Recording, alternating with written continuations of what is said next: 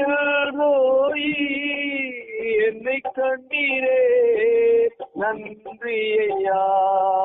யெகோவா ராபா, யெகோவா ராபா சுகம் தந்தீரே நன்றி ஐயா. சுகம் தந்தீரே நன்றி ஐயா. உம்மை முழு உள்ளத்தோடு ஆராதிப்பேன், முழு பலத்தோடு அன்பு கூறுவே. ஆராதனை ஆராதனை ஆராதனை ஆராதனை. யெகோவா ஈரே, யெகோவா ஈரே எல்லாமே பார்த்துக்கொள்ளே, எல்லாமே பார்த்துக்கொள்ளே. உம்மை முழு உள்ளத்தோடு ஆராதிப்பேன், முழு பலத்தோடு அன்பு கூறுவே. ஆராதனை ஆராதனை ஆராதனை ஆராதனை. அல்லேலூயா அல்லேலூயா அல்லேலூயா அல்லேலூயா. ஆமென். ஆண்டவரே, இந்த காலவெளியில அளவில்லாத கல்வாரி அன்பினாரங்கள் நிரப்புகிறவரே நம்மை ஆராதிக்கிறோம். அல்லேலூயா, ஸ்தோத்திரம் ஆண்டவரே. இதுவரை ஆண்டவரே இந்த ஜெபத்தை நடத்தி வருகிற அல்லேலூயா எங்க எபினேசரை இதுவரை உதவி செய்த அல்லேலூயா எபினேசரை நம்ம துதிக்கிறோம். அல்லேலூயா, ஸ்தோத்திரம் ஆண்டவரே. அல்லேலூயா, எல்ரோயி எங்களை காண்கிறவர். அல்லேலூயா, ஸ்தோத்திரம் எங்கள் குடும்பத்தை பார்க்கிறவர். அல்லேலூயா, ஸ்தோத்திரம் ஆண்டவரே. யெகோவா ஈரே எங்கள் சேவைகளை சந்திக்கிறவர், எங்களை அற்புதமாய் நடத்துகிறவர். அல்லேலூயா, சேனையின் கர்த்தாவே நாங்கள் உன்னை ஆராதிக்கிறோம் ஆண்டவரே. அல்லேலூயா, ஸ்தோத்திரம் ஆண்டவரே. எங்க ஊழியத்தை, எங்க குடும்பத்தை ஆண்டவரே, ஸ்தோத்திரம் எங்க தேசத்தை கண்ணோக்கி பார்க்கிறவரே. அல்லேலூயா, ஸ்தோத்திரம் ஆண்டவரே. அல்லேலூயா, எல்லா தேவைகளை சந்திக்கிறவரே. அல்லேலூயா, கர்த்தருடைய பருவத்திலே அல்லேலூயா பரிசுத்த பருவத்தை பார்த்துக் கொள்ளப்படும் சொல்லப்பட்ட போல நம்முடைய பரிசுத்த பருவம் இந்த கால வேளையில எங்க நடுவில் இறங்கி வருவதற்காக ஸ்தோத்திரிக்கிறோம் ஆண்டவரே. அல்லேலூயா, ஸ்தோத்திரம் ஆண்டவரே. அல்லேலூயா, உம்மை ஆராதிக்கிறோம் ஆண்டவரே, முழு இதயத்தோடு முழு ஆத்துமாவோடு ஆண்டவரே. ஸ்தோத்திரம் ஆண்டவரே. இயேசுவே, உம்முடைய சமூகத்தை நாங்கள் நேசிக்கிறோம். அல்லேலூயா, ஸ்தோத்திரம் ஆண்டவரே. இந்த காலவெளியிலே எங்களுக்கு கொடுக்கிற ஆண்டவரே ஆவிக்கிற மன்னாவுக்காக ஸ்தோத்திரம் ஆண்டவரே. செய்து கொடுக்கிற தாசர்கள் நீர் மறைத்து நீர் வெளிப்பட வேணுமா ஜெபிக்கிறோம். ஆவியானவர் நீர் மறைத்து வெளிப்பட வேணுமா ஜெபிக்கிறோம். அல்லேலூயா, ஸ்தோத்திரம். குடும்பங்களை நீர் பலப்படுத்தும் ஆண்டவர். தொடர்ந்து நடக்கிற ஜெப வேளையை ஆசீர்வதிங்க. நீர் பெரிய காரியங்கள் செய்யுங்க. உம்முடைய ஆண்டவரே மகிமை உம்முடைய பிரசன்னம் வெளிப்பட வேண்டுமா ஜெபிக்கிறோம். ஆவிக்கிற ஆண்டவரே ஆகாரத்தினால நிரப்புகிறவரே துதிக்கிறோம். நீர் பெரிய காரியங்கள் செய்யுங்க. எங்கள் ஜெபத்தை கேட்ட நமக்கு நன்றி. நசரேயனாகிய இயேசு கிறிஸ்துவின் நாமத்தில் ஜெபங்களுக்கு நிலப்பிதாவே. ஆமென். ஆமென். ஸ்தோத்திரம் ஸ்தோத்திரம். கர்த்தர் நம்முடைய இதோடைய நாம் கர்த்தரை ஸ்தோத்திரிப்போம். ஸ்தோத்திரம் ஸ்தோத்திரம் ஸ்தோத்திரம் ஸ்தோத்திரம் ஸ்தோத்திரம் ஸ்தோத்திரம் ஸ்தோத்திரம். இப்போ நம்ம மத்தியில் இருக்கிற விக்டர் ஐயா அவர்கள் தேவ செய்தி கொடுப்பார்கள். கர்த்தருடைய நாமம் பயன்படுவதாக. கர்த்தருக்கு ஸ்தோத்திரம். கால நேரத்தில் கான்ஃபரன்ஸ் காலில் கலந்து கொள்கிற யாவருக்கும் என் காலை வணக்கத்தையும் இயேசு கிறிஸ்துவின் நாமத்திலே இனிய வாழ்த்துக்களையும் தெரிவித்துக் கொள்கிறேன். இன்றைக்கு தலைப்பாக எடுத்துக்கொள்ள வேண்டிய காரியம் என்னவென்றால், எலியாவின் ஊழிய முடிவும் எலிசாவின் ஊழிய ஆரம்பமும் என்ற தலைப்பிலே ஒரு செய்தியை சொல்ல ஆசைப்படுகிறேன். ஆகவே ஏதாவது ஒரு பொருள் ஒரு முக்கியமாக நமக்கு தேவைப்படுமானால் அதன் மேல் குறியாக இருப்பது வழக்கம். இப்படியாக எலிசாவுக்கும் ஒரு குறிக்கோள் இருந்தது.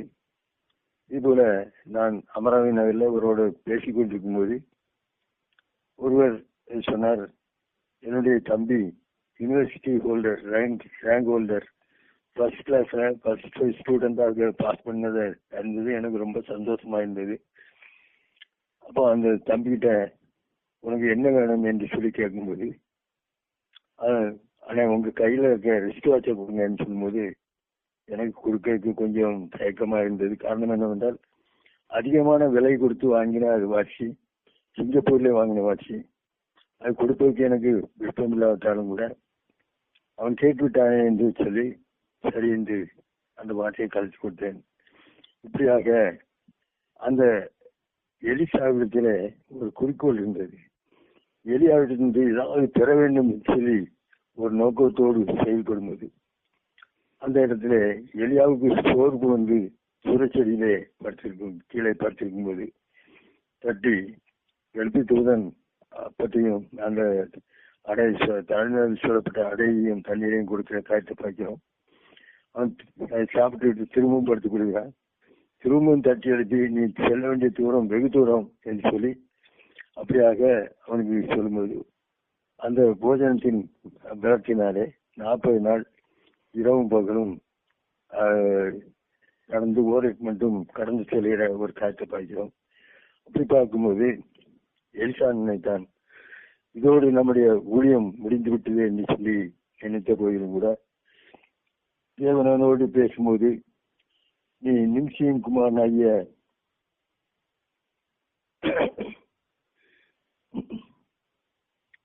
அதற்கு முன்பதாக நீ கற்றவனை பார்த்து நீ தமஸ்கியின் வழியாக வனாந்தரத்துக்கு திரும்பி போய் ஆசைகளை சிரியாவின் மேல் ராஜாவாக அபிஷேகம் பண்ணி பின்பு நிமிஷியின் குமாரனாகிய யெகோவா இஸ்ரவேலிலே ராஜாவாக அபிஷேகம் பண்ணி ஆபேல் மெகோ ஊரானாகிய சாப்பாத்தின் குமாரனாகிய எலிசாவை உன் ஸ்தானத்தில் தீர்க்கதரிசியாக அபிஷேகம் பண்ணி சொல்லி அவனுடைய ஊழியத்தை குறித்து சொல்லுகிற காட்ட பார்க்கிறோம். அப்படி சொல்லும்போது அவன் அந்த ராஜாக்களை அபிஷேகம் பண்ணாமல் முதல்ல அந்த தீர்க்கதரிசியை அபிஷேகம் பண்ண வேண்டும் சொல்லி விரும்பி அந்த இடத்தை கடந்து வரும்போது எலிசா 12வது ஏரை ஓட்டிக் கொண்டிருக்கிற காட்ட பார்க்கிறோம். அவன் ஒரு விவசாய தொழிலை செய்து கொண்டிருந்த சமயத்தில் அவன் மேல் வந்து எலியா தன் மேல் சால்வையை போடுகிற ஒரு காட்சி பார்க்கிறோம். அப்ப அந்த சால்வையை போட்ட உடனேயே அந்த எலிசாவுக்கு இதில் ஏதோ ஒரு சக்தி இருக்கிறது என்பதை புரிந்து கொண்டு அந்த சால்வையை பெற வேண்டும் என்று சொல்லி ஒரு நோக்கத்தோடு எலியாவை பின்பற்றுகிற ஒரு காட்சி பார்க்கிறோம். நான் செய்ததை நினைத்துக்கொள் என்று சொல்லி எலியா சொல்லும்போது முன்பு போய் என் தாயின் சாப்பிடத்திலே உத்தரவு கேட்டுக்கொண்டு வந்து பின்பற்றுவேன் சொல்லி அந்த சொன்ன வார்த்தையின்படியே அவன் திரும்பி வந்து அந்த மாடுகள் எல்லாம் அடித்து இறைச்சியை சமைத்து அந்த அங்குள்ளவர்களுக்கு ஆகாரம் கொடுத்து விட்டு எலிசாவை பின்பற்றின காட்சி பார்க்கிறோம். எலிசாவுக்கு தண்ணீர் வாய்க்கிற வேலை உத்தியோகத்தை பெறுகிற ஒரு காட்சி பார்க்கிறோம். இப்படி அதனால அவனுடைய தொழில் மாறிவிடுகிறது, அவனுடைய எண்ணங்கள் சிந்தைகள் மாறிவிடுகிறது. ஒரு விவசாயியா இருந்த மனுஷன் இப்பொழுது தேவனுடைய ஊழியத்தை செய்யும்படியாக கடந்து வருகிற காட்சி பார்க்கிறோம். எலிசாவோட கூட இருந்து அநேக காரியங்களை நேரடியாக பார்த்த மனுஷன் எலியாவின் வாயிலிருந்து கேட்ட வார்த்தைகளை கொண்டு அவன் உணர்ந்து கொண்ட அனுபவங்கள் இப்படியெல்லாம் பார்க்கும்போது அப்படிப்பட்ட சூழ்நிலையில எலியாவை எடுத்துக்கூட வேண்டிய நிலை வரும்போது அந்த எலியா சொல்கிறார், எலிசாவே நீ இங்கே இரு, என்னை கர்த்தர் பெத்தேல் மட்டும் அனுப்புகிறார்னு சொல்லி அந்த விதமாக சொல்லும்போது அவங்க கீழ்காலில் இருந்து புறப்படுகிற காரியத்தை பார்க்கிறோம். பெத்தேலுக்கு போகும்போது அந்த எலிசா சொல்கிற காரியம், நான் உண்மை விடுகிறது இல்லை என்று கர்த்தருடைய ஜீவனையும் உம்முடைய ஜீவனையும் கொண்டு சொல்கிறேன் என்றார். இதே பதில் தான் எல்லா இடத்திலும் சொல்கிற காரியத்தை பார்க்கிறோம். எலிசா வெளியா வந்து இங்கே இருன்னு சொல்லி சொன்ன இடத்துல எல்லாம் நான் உண்மை விடுகிறதில்லை என்று கர்த்தருடைய ஜீவனையும் உம்முடைய ஜீவனையும் கொண்டு சொல்கிறேன்னு சொல்லி அதே வார்த்தையை சொல்கிறார் காட்ட பார்க்கிறோம். அப்படி கடந்து செல்லும்போது அவர்கள் ஈரோடு கடந்து செல்கிறார்கள். கடந்து செல்லும்போது அந்த பெத்தேலுக்கு போன பின்பு நீ இங்கே இரு, என்னை கர்த்தர் எரிகோ மட்டும் அனுப்புகிறார்னு சொல்லும்போது அதே வார்த்தையை சொல்கிற காட்ட பார்க்கிறோம். அங்குள்ள தீர்க்கதரிசியின் புத்திரர்கள் அந்த எலிசாவை பார்த்து நீ உனக்கு தலைமையாக இருக்கக்கூடிய உன் எஜமான என்று உன்னை விட்டு எடுத்துக்கொள்வார் என்பது உனக்கு தெரியுமான்னு சொல்லும்போது ஆமா எனக்கு தெரியும், நீங்க சும்மா இருங்கன்னு சொல்லி அந்த ஒரே பதில தீர்க்கதரிசியின் புத்திரத்திலும் சொல்லுகிற காட்சியை பார்க்கிறோம். எரிகோவுக்கு போகும்போது அந்த எரிகோவிலிருந்து அவர்கள் திரும்ப இங்கே இரு, என்னை யோர்தான் மட்டும் அனுப்பியாருன்னு சொல்லி அப்படியாக அவர்கள் வரும்போது அந்த சமயத்தில் அந்த தீர்க்கதரிசியின் புத்தர்கள் எல்லாம் தூரத்தில் இருந்து பார்த்து கொண்டிருக்கிறார்கள். ஒரு 50 பேர் பார்த்து கொண்டு என்ன நடக்கும் என்பதை பார்க்கும்படியாக பார்த்து கொண்டிருக்கும் போது எலியா தன் சால்வையை எடுத்து முறுக்கி தண்ணீரை அடித்து இருபக்கமாக கலந்து வந்து இரு புறமும் அந்த தண்ணீர் பிரிந்திருக்கும் போது உலர்ந்த தரை வழியாக இருவரும் நடந்து செல்கிறார்கள். அக்கறைப்பட்ட பின்பு எலிசாவை நோக்கி, நான் உன்னை விட்டு எடுத்துக் கொள்வதும் நான் உனக்கு என்ன செய்ய வேண்டும் கேள் என்றான். அப்போ அதுக்கு எலிசா சொல்கிறான், முடித்து உள்ள ஆவியின் வரம் எனக்கு இரட்டிப்பாக கிடைக்க வேண்டும் சொல்லி ஒரு காரியத்தை கேட்கும்போது அந்த எலியா சொல்கிறார், மிகவும் அரியான காரியத்தை கேட்டாய். நான் எடுத்துக்கொள்ள முடியும்போது என்னை நீ கண்டாயானால் கிடைக்கும், அப்படியே கிடைக்காது என்று சொல்லி சொல்லும்போது, ஆனால் எலிசாவுடைய நோக்கம் எப்படியாக அந்த சால்வையை பெற வேண்டும், அந்த சால்வையிலே ஒரு பவர் இருக்கிறது, வல்லமை இருக்கிறது, ரெட்டிப்பான நன்மையை பெற வேண்டும், ரெட்டிப்பான ஆசீர்வாதத்தை பெற வேண்டும், ரெட்டிப்பான வல்லமையோடு நாம் ஊழியம் செய்ய வேண்டும் சொல்லி ஒரு குறிக்கோள்கள் காத்து இருந்து பார்க்கும்போது அக்னிமயமான ரதங்களும் குதிரைகளும் ரதமும் வந்து அவர்களை பிரிக்கிற காட்சி பார்க்கிறோம். பிரிக்கும்போது எலியா சுழல் காட்டிலே ஏற்புகளை பதில் பார்க்கிறான். பார்த்த உடனே என் தகப்பனே இஸ்ரவேலுக்கு குதிரை வீரரும் திருஷ்ணமாக இருந்தவரே என்று சொல்லி அவனை பார்த்து புலம்புகிற ஒரு காட்சி பார்க்கிறோம். பார்க்கும்போது அவன் பார்த்து திரும்ப அவரை காணாத சூழ்நிலையிலே அந்த வஸ்திரத்தை 2ஆக கிழிக்கிற காட்சி பார்க்கிறோம். பழைய ஏற்பாட்டு காலத்திலே ஒரு சம்பவம் என்னவென்றால், அந்த ஒரு கவலையான சூழ்நிலைகள் அல்லது காரியம் வாய்க்காத ஒரு காரியங்கள், இப்படி சில காரியங்கள் சரியான காரியங்கள் வரும்போது அவர்களுக்கு வஸ்திரங்களை கிழிப்பது ஒரு பழக்க வழக்கமாக இருந்தது. அப்படியாக இந்த எலியாவும் சுழல் காற்றை எடுத்துக்கொள்ளப்படும் போது காணாத சூழ்நிலையிலே தன் வஸ்திரத்தை எலிசா கிழிக்கிறத பார்க்கிறோம். அப்போது எலியாவின் மேல் இருந்த சால்வை கீழே விழுகிறது. எடுத்துக்கொண்டு அந்த யோர்தான் கரையிலே போய் நின்று எலியாவின் தேவன் எங்கேன்னு சொல்லி அந்த யோர்தானை அடிக்கிற காரியத்தை பார்க்கிறோம். எலியா செய்த காரியத்தை விட எலிசா செய்த காரியம் வித்தியாசமா இருந்தது. எலிசா அந்த சால்வையை முறுக்கி தண்ணீரில் அடித்தான். அது 2 பக்கமாக பிரிந்தது. ஆனா இந்த எலிசா சால்வையை முறுக்காமல் சாதாரணமாக அடித்து எலியாவின் தேவன் எங்கே என்று சொல்லி கேட்கும்போது அது பிரிந்த ஒரு காரியத்தை பார்க்கிறோம். அதற்கு பின்பதாக எலிசாவின் வாழ்க்கையிலே அற்புதங்கள் நடைபெறுகிறது, எல்லா காரியங்களும் நடைபெறுகிறது. அந்த தீர்க்கதரிசியின் புத்திரர்கள் எலியாவின் ஆவி உண்மையில் அமர்ந்திருக்கிற காரியத்தை பார்க்கிறார்கள். எலியாவை வந்து வணங்குகிற ஒரு காரியத்தை பார்க்கிறோம். காரணம் என்னவென்றால், அந்த எலிசாவின் வரம் இப்பொழுது இரட்டிப்பாக அவனுக்கு கிடைத்து விட்டது. அந்த கிடைத்த அந்த பலனோடு சென்று ஊழியத்தை செய்ய ஆரம்பிக்கிறார். இப்படியாக ஒரு மனுஷனுடைய வாழ்க்கையிலே எவ்வளவு பெரிய அற்புதங்கள் நடைபெற்றாலும் எலியா அக்கினியை இறக்கின போது கூட அவனுடைய வாழ்க்கையிலும் ஒரு சோர்வு ஏற்பட்டது. சூரச்செடியிலே கீழே படுத்துக்கொள்ள வேண்டிய சூழ்நிலை ஏற்பட்டது.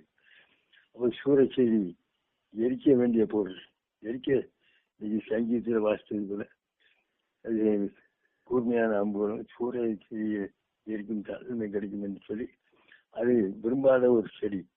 அதன் கீழே போய் சோர்ந்து படுத்திருந்த எலியா திரும்பவும் தந்தைய ஊழியத்தை நிறைவேற்றி முடிக்கும்படியாக தேவன் தட்டி எழுப்புகிற ஒரு கருத்தை பார்க்கிறோம்.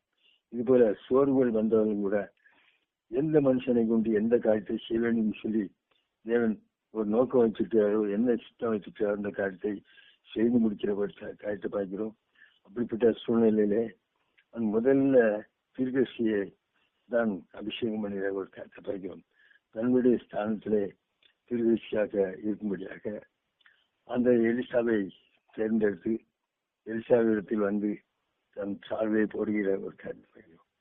அந்த சால்வையை போட்ட மாத்திரத்திலே அந்த எலிசாவின் எண்ணங்கள் மாறிவிடுகிறது, சிந்தைகள் மாறிவிடுகிறது, தொழில் மாறிவிடுகிறது, எல்லாமே மாறிவிடுகிறது. தகப்பன் தாயத்திலே உத்தரவு கேட்டு கொண்டு வந்து எலியாவையே பின்பற்றின ஒரு கருத்தை பார்க்கிறோம். எலியாமல் விடாமல் பின்பற்றின எலிசா கடைசியிலும் இங்க இரு என்று சொன்னாலும் கூட அவன் இருக்காதபடி நான் உண்மை விடுகிறதில்லை என்று சொல்லி கர்த்தருடைய ஜீவனையும் உம்முடைய ஜீவனையும் கொண்டு சொல்கிறேன் என்று சொல்லி ஒரு வைராக்கியமாக பின்பற்றுகிற ஒரு கருத்தை பார்க்கிறோம். பின்பற்றின ஒரு சூழ்நிலையிலே அவன் ரெட்டிப்பான ஆசிரியத்தை பெற்றுக்கொண்ட ஒரு கருத்தை பார்க்கிறோம். ரெட்டிப்பான நன்மைகள் அவன் மூலமாக நடைபெறுகிறது. இது போல நம்முடைய வாழ்க்கையிலும் நம்மை கொண்டு என்ன செய்ய சித்தம் வச்சுக்கிறாரோ இந்த கடைசி காலத்துல அந்த காரியங்கள் கண்டிப்பாக நடைபெறும். அவை சோர்ந்து போகாதபடி, நாம் தாழ்ந்து போகாதபடி, நாம் ஊழியத்தை செய்ய வேண்டியவர்கள், ஊழியத்திலே ஈடுபடக்கூடியவர்கள், நாம் என்ன செய்ய வேண்டுமோ அந்த காரியத்தை தேவனுக்காக செய்ய வேண்டும் சொல்லி ஒரு எண்ணத்தோடு அன்றைய என்னுடைய அழைப்பு என்னை எதற்காக தெரிந்து கொண்டீர், நான் என்ன செய்ய சுத்தமாகிறேன் என்று சொல்லி இந்த விதமான காரியங்களை கேட்கும்போது கர்த்தர் நமக்கு காரியங்களை வெளிப்படுத்தும் போது அந்த காரியங்களை செய்ய நாம் கடமைப்பட்டவர்களாக இருக்கிறோம். காரணம் என்னவென்றால் வானத்தையும் பூமியும் அண்ட சாஸ்திரம் அத்தனையும் படைத்த தேவன் நம்மளுக்கு இந்த பொறுப்புகளை கொடுத்திருக்கிறார் என்றால் அது சாதாரணமான ஒரு காரியம் அல்ல. ஆகவே அந்த எலியா எலிசா தீர்க்கதரிசிகள் பழைய ஏற்பாட்டிலே வாழ்ந்தவர்கள். ஆனால் எபிரேயர் கடைசி 12ஆம் அதிகாரத்திலே கடைசி வார்த்தையை பார்க்கும்போது 11ஆம் அதிகாரத்திலே அவர்கள் நம்மை இல்லாமல் பூர்ணராகாதபடிக்கு விசேஷமான ஒன்றை நமக்கு தந்திருக்கிறார்னு சொன்னார். விசேஷமான காரியத்தை நமக்கு தந்திருக்கிறபடினாலே நம்மை கொண்டுதான் மற்ற காரியங்கள் எல்லாம் பூர்ணப்படுத்துகிற ஒரு காரியத்தை பார்க்கிறோம். அது பூர்ணமான அனுபவத்துக்குள்ளே கடந்து வரும்படியாக ஒவ்வொருவரையும் நாம் ஆயத்தப்படுத்த வேண்டியது நம்முடைய கடமையாகிறது. நாம் செய்ய வேண்டிய காரியத்தை நாம் செய்யும்போது தேவன் செய்ய வேண்டிய காரியத்தை தேவன் செய்வார். கர்த்தர் எனக்காக யாவற்றை முடிப்பார் சொல்லி எழுதப்பட்ட வார்த்தைப்படி நமக்காக யாவற்றை முடித்து நம்முடைய ஊழியத்தை அவர் சிறப்பாக செய்ய உதவி செய்கிற தேவன் ஆயிட்டார். அதை எல்லா மகிமையும் அவருக்குரியதாக இருக்கிறது. நம்மை கொண்டு கவியாக நம்மை பயன்படுத்தினாலும் கூட நம்மால் எதுவுமே முடியாது. நமக்கு எதுவுமே ஒன்றுமே இல்லை என்று சொல்லி நம்மை தாழ்த்தும் போது நம்மை கொண்டு செய்வது காரியம் பெரிதாக இருக்கும். இப்படிப்பட்ட கிருபைகளை தேவன்தாமே தந்து ஆசிரியப்படாக. ஆமென். சோத்திரம் சோத்திரம். கர்த்தர் கொடுத்த இந்த வார்த்தைக்காய் தேவ செய்திக்காய் நாம் கர்த்தரை சோதரிப்போம். சோத்ரம் சோத்ரம் சோத்ரம் சோத்திரம் சோத்திரம்.